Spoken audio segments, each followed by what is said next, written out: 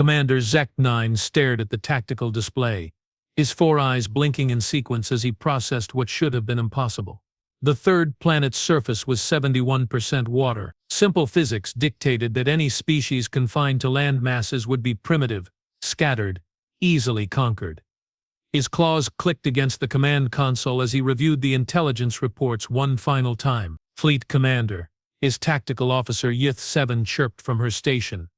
The preliminary scans confirm minimal technological signatures from the land masses. The inhabitants appear to be using crude combustion engines and basic electromagnetic communications. Zek-9's mandibles clicked in what his species considered laughter. Pathetic. 3 cycles of observation, and this is what the Galactic Conquest Division sends us to claim. I have seen more advanced civilizations in asteroid mining colonies.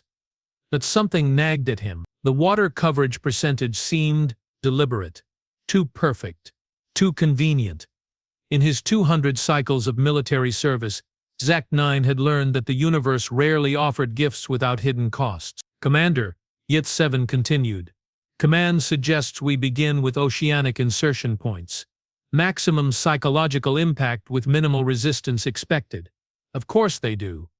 Zek-9's voice carried the weight of a soldier who'd seen too many easy victories turn complicated, because dropping into their vast, unexplored oceans couldn't possibly go wrong. The irony wasn't lost on him. His species, the Kithara, had evolved on a desert world where water was precious beyond measure. They'd conquered 17 systems, each one a variation of rock, gas, or ice. But this blue marble spinning lazily before them represented something entirely new in their military experience. Sir, shall I order the advanced scouts to begin oceanic reconnaissance?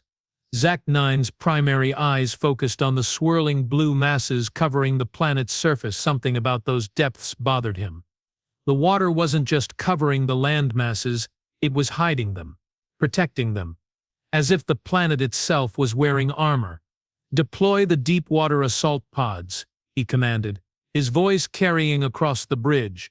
Target the largest oceanic region. We will establish our beachhead in their precious waters and watch their primitive coastal settlements panic. 24 hours later, Zek-9 wished he'd listened to his instincts. The first sign of trouble came from pod leader Creeks-12, whose voice crackled through the communication array with barely controlled terror. Fleet Commander, we are detecting massive movement signatures beneath our position. The water itself seems to be responding to our presence. Exclaimed responding. Pod leader. Zek-9's claws tightened on his command chair as the bridge crew exchanged nervous glances. Sir, it's like the ocean is watching us. Our sonar readings show massive shapes moving in coordinated patterns. But that's impossible. The intelligence reports indicated no significant aquatic civilizations. The tactical display lit up with proximity alerts as dozens of red dots appeared beneath the scattered assault pods. Zek-9 felt his throat sacs constrict. The dots weren't random. They were organized. Purposeful. Hunting. Pod leader, what's your current depth? 1,200 meters and descending, sir. The water pressure readings are… Wait. Commander. Something's wrong. The water temperature is rising rapidly around our position. Yith-7's voice cut through the bridge chatter. Sir, we are receiving similar reports from 7 other pods.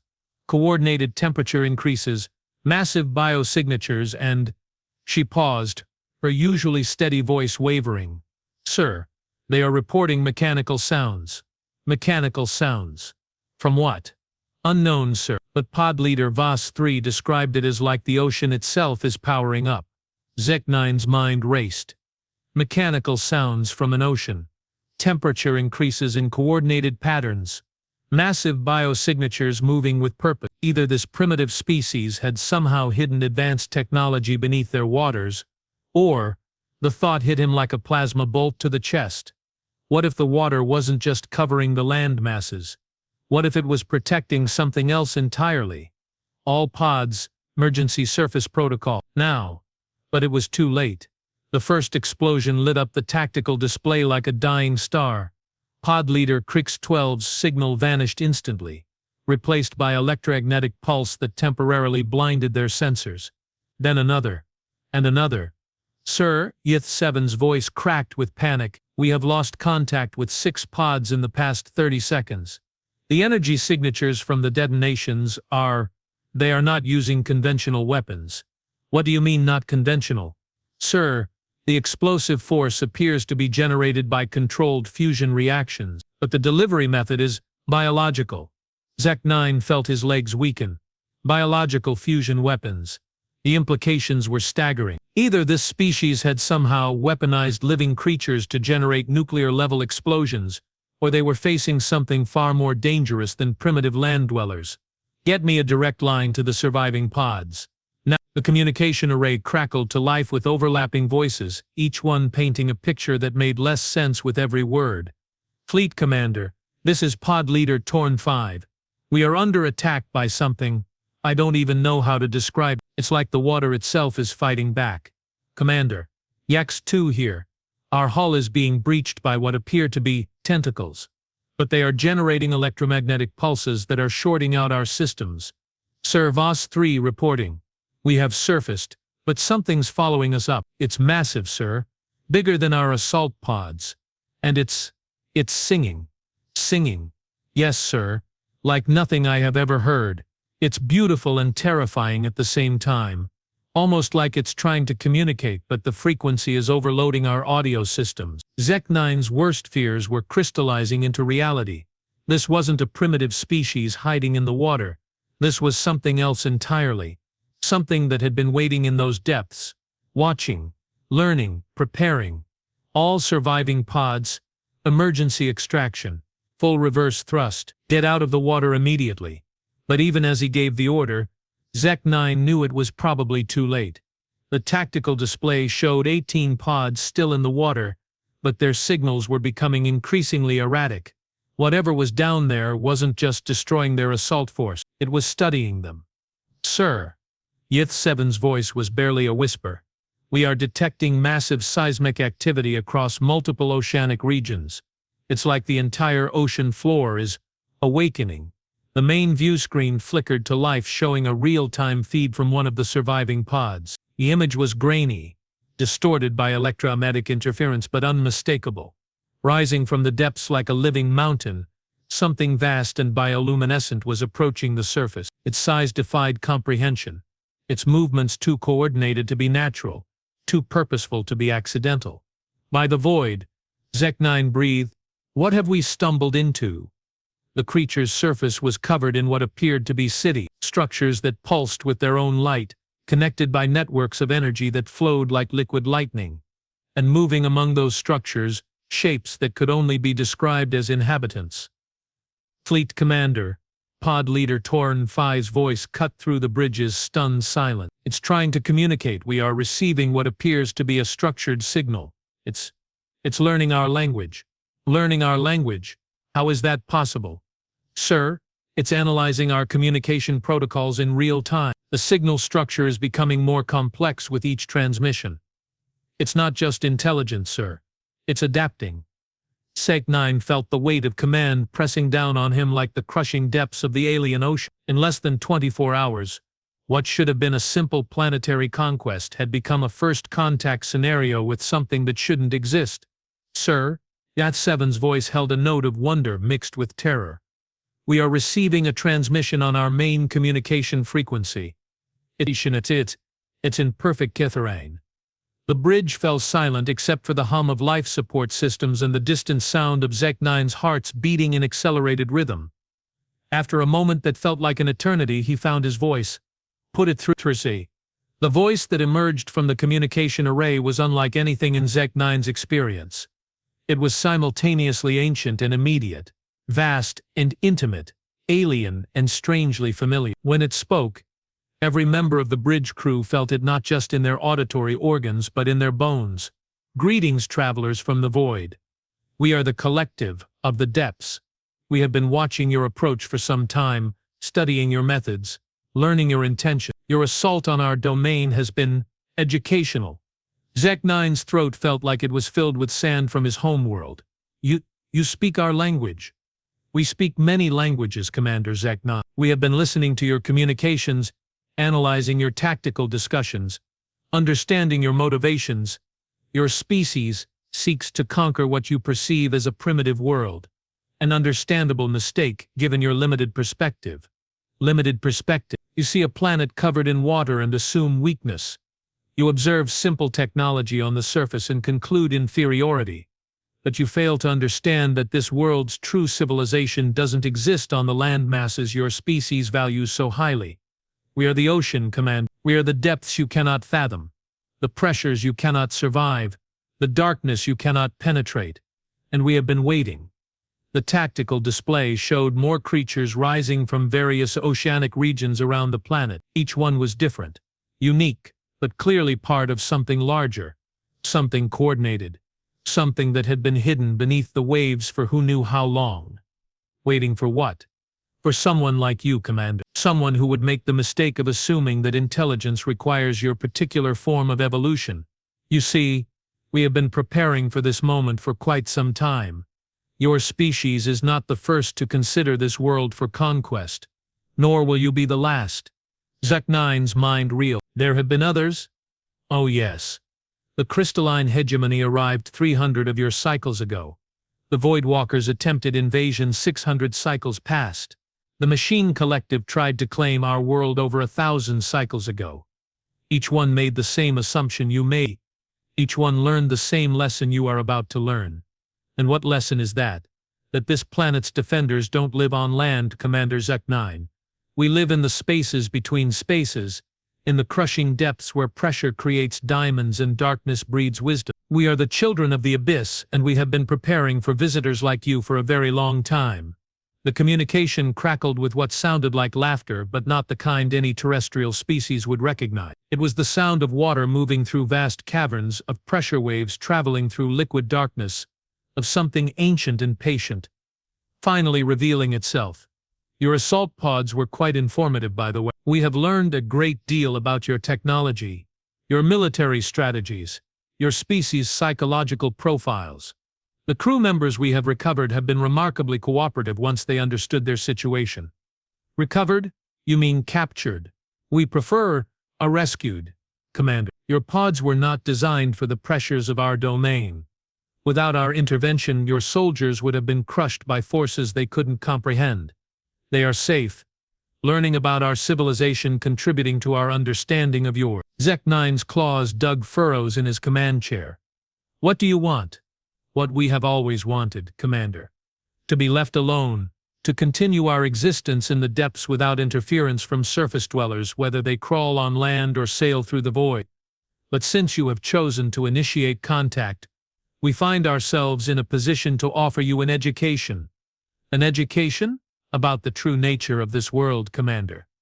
About the civilizations that thrive in environments your species cannot imagine. About the technologies that develop when intelligence evolves under pressure rather than in the thin atmosphere of rocky worlds. The main view screen showed images that defied explanation. Cities that existed in perpetual motion, flowing with the currents while maintaining their structure. Beings that seemed to be made of living water, holding tools that appeared to be extensions of their own bodies. Technologies that blended biological and mechanical elements so seamlessly that the distinction became meaningless. This is impossible, Zec-9 whispered. Impossible is simply another word for beyond current understanding, Commander.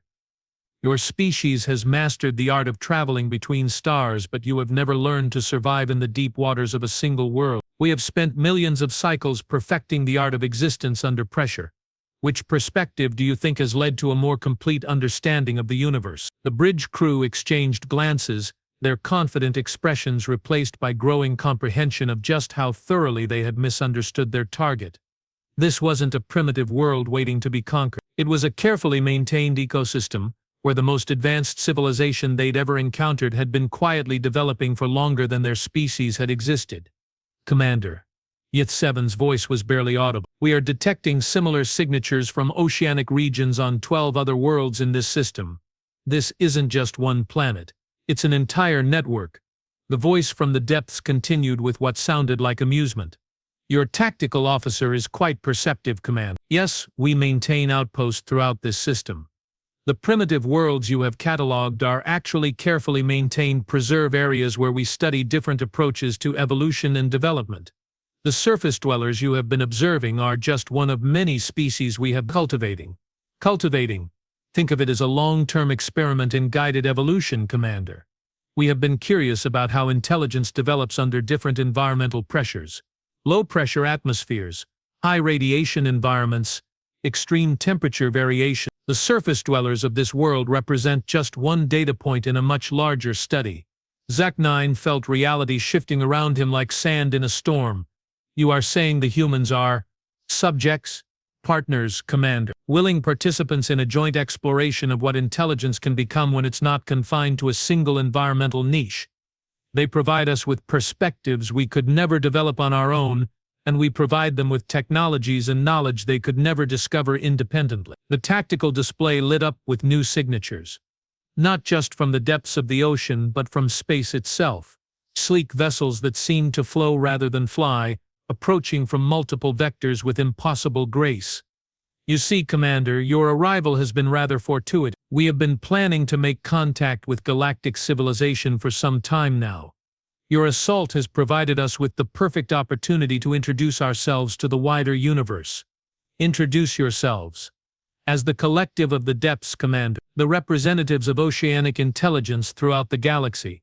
We have been monitoring your species' expansion for several cycles now, along with the activities of 17 other spacefaring civilizations. We have been waiting for the right moment to reveal ourselves. The approaching vessels took positions around Zach-9's fleet with casual precision, not threatening but clearly demonstrating capability far beyond anything in the Kitharaon military database. The right moment for what? To extend an invitation, Commander, to propose a different kind of relationship between the depths and the void, between those who have mastered the art of survival under pressure and those who have learned to thrive in the emptiness between stars.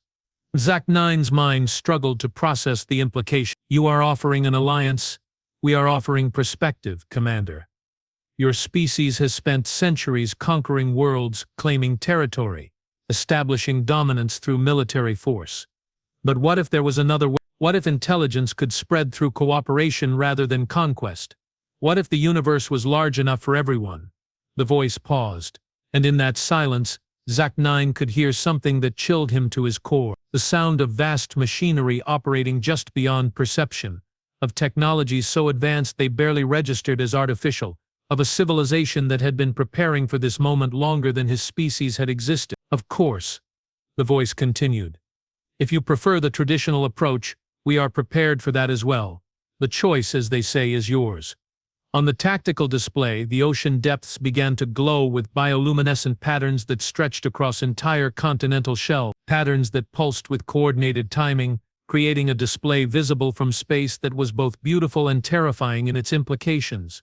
Zach-9 realized that everything he thought he knew about conquest, about power, about civilization itself, was about to change forever. Commander Zach-9 stared at the tactical display, watching his entire understanding of galactic power dynamics crumble like ancient stone. The bioluminescent patterns covering the ocean floors pulsed with hypnotic rhythm, each flash representing computational power that made his fleet's combined processing ability look like a child's counting stones. Fleet Commander Yith-7's voice carried the strain of someone trying to maintain military protocol while reality shifted around them. The collective vessels are maintaining position.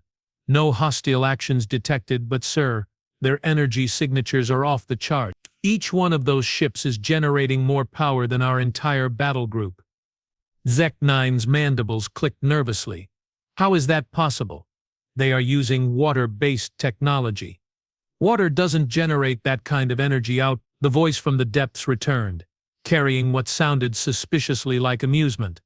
Commander, your assumption that water-based technology is primitive reveals the limitations of your environmental experience. When you compress water to the pressures we work with, when you understand the quantum interactions between hydrogen and oxygen at the molecular level, when you learn to harness the energy differential between surface and abyssal zones, water becomes the most versatile substance in the universe. That's impossible.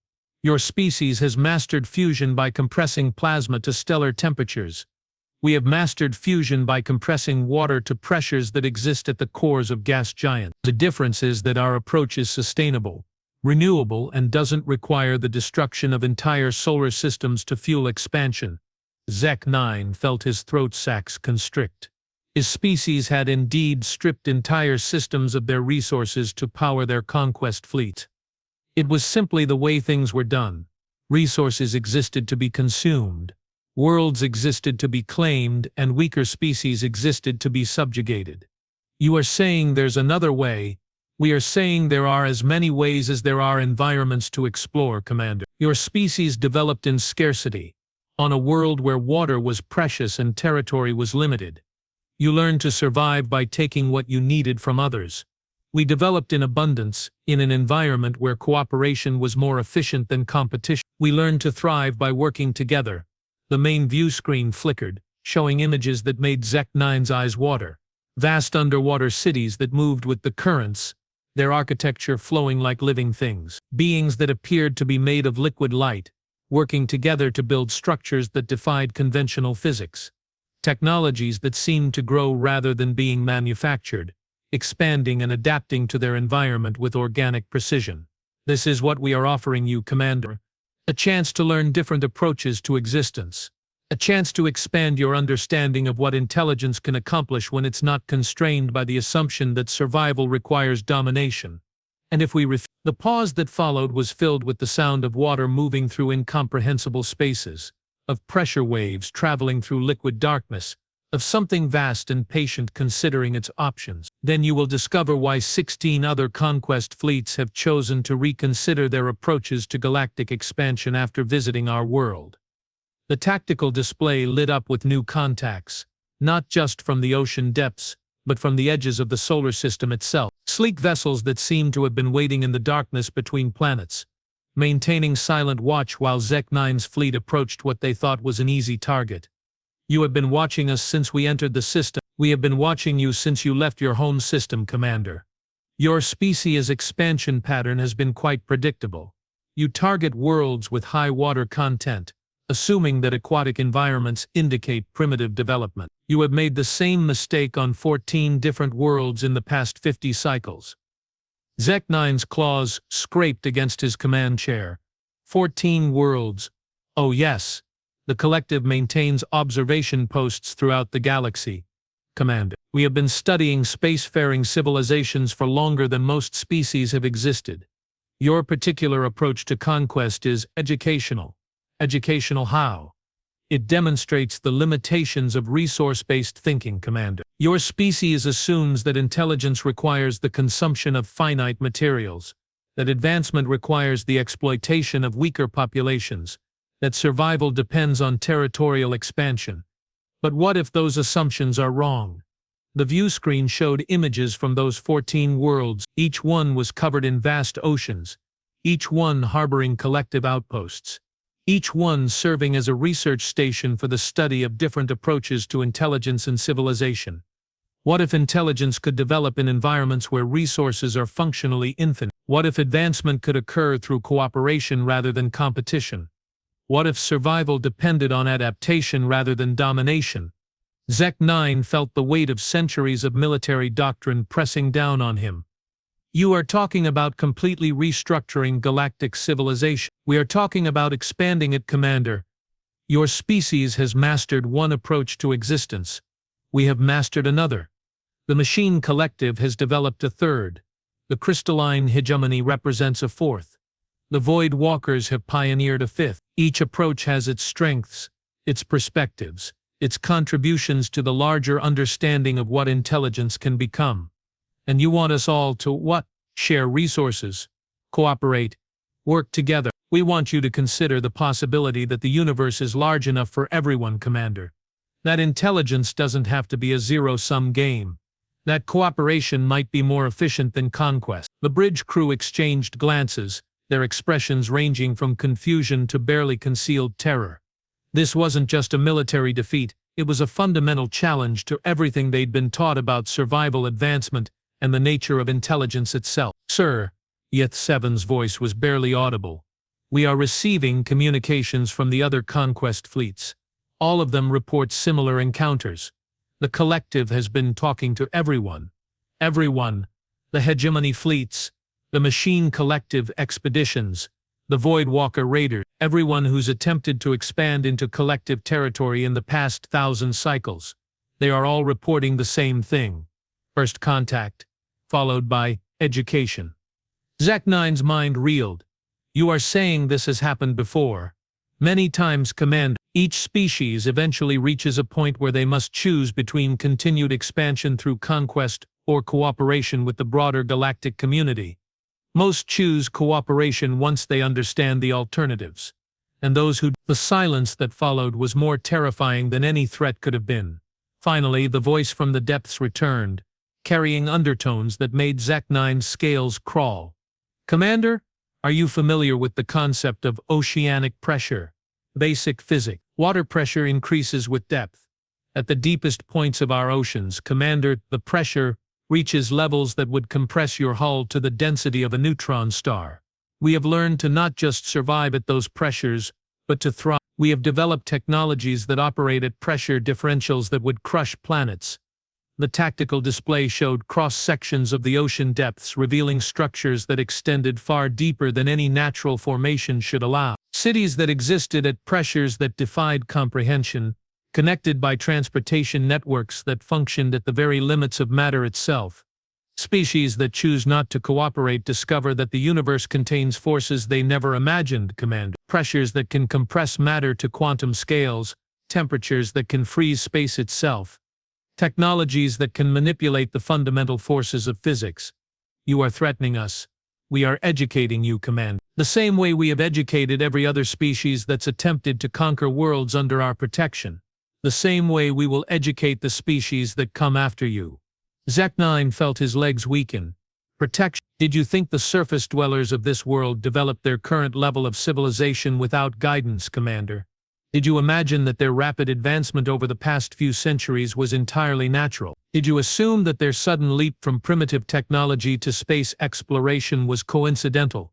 The view screen showed images of human cities, human technologies, human achievements. But now Zek-9 could see the subtle influences. The technologies that were slightly too advanced for their development level. The solutions that seemed to appear just when they were needed most. You have been helping them. We have been partners with them for over 300 cycles, Commander, learning from their approaches to surface-based existence, sharing technologies that complement their environmental niche, exploring together what intelligence can accomplish when it's not constrained by a single evolutionary path. And now they are ready to join the broader galactic community, Commander.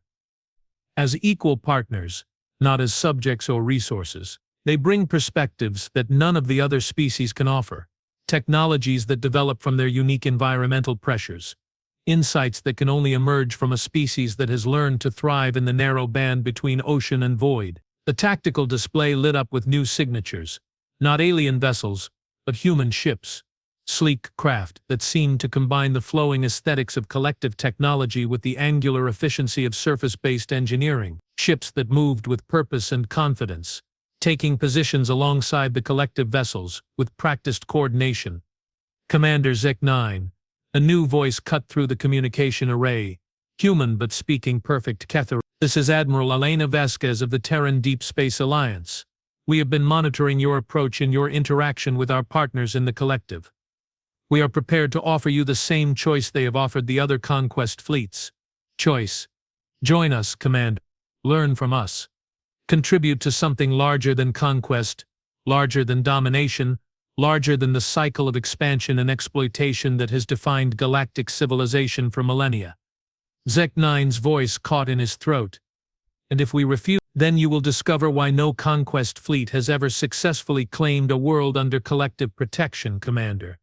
Not because we destroy them, but because we show them something better. The view screen filled with images that took Zek-9's breath away. Worlds where multiple species lived and worked together, their different environmental adaptations creating technologies that no single species could develop alone. Cities that existed simultaneously on land, in water, in the vacuum of space, and in the crushing depths of gas-giant atmospheres. Beings that had learned to shape their environment rather than simply consuming it. This is what cooperation looks like, Commander. This is what intelligence can accomplish when it's not limited by the assumption that survival requires dominance. It's beautiful. It's efficient, Commander. It's sustainable. It's expandable without limit, because it's based on the infinite potential of intelligence rather than the finite resources of any single world or system. Zek-9 looked around his bridge, seeing his crew's expressions shift from fear to wonder to something approaching hope. For the first time in his military career, he was seeing an alternative to the endless cycle of conquest and resource consumption that had defined his species' existence. What would you want from us? What you can offer, Commander. Your species has mastered survival and scarcity, navigation in the void, technologies that operate in the emptiness between stars. Those are perspectives that the Collective doesn't have, insights that could benefit every species in the Alliance. Alliance? The Galactic Cooperation Initiative, Commander. Representatives from 47 species, each contributing their unique approaches to existence, each learning from the others, each expanding their understanding of what intelligence can become. The tactical display showed the true scope of what they were offering. Not just a few worlds, but entire sectors of space where cooperation had replaced conquest, where different species worked together to explore the universe rather than fighting over pieces of it. And all we have to do is stop conquering. Stop assuming that conquest is the only path to survival, Commander. Start considering that cooperation might be more efficient, more sustainable, more rewarding than domination. Zek-9 felt something shift inside him, a realization that had been building since the first assault pod disappeared into the depths. His species had spent centuries assuming that their way was the only way, that their approach to existence was the natural order of the universe. But what if they were wrong? Admiral Vasquez, he said finally, his voice carrying across the bridge with newfound determination. Commander Zek-9 of the Kitaran Conquest Fleet. We accept your offer. The response came immediately, carrying warmth that surprised him. Welcome to the Alliance, Commander. Welcome to the future. As the words echoed through the bridge, Zek-9 watched his tactical display transform. The red warning indicators faded, replaced by green communication links. The threatening signatures became welcoming beacons. The vast ocean depths that had seemed so alien and dangerous now appeared as gateways to possibilities he'd never imagined. Fleet Commander, Yith-7's voice carried wonder instead of fear.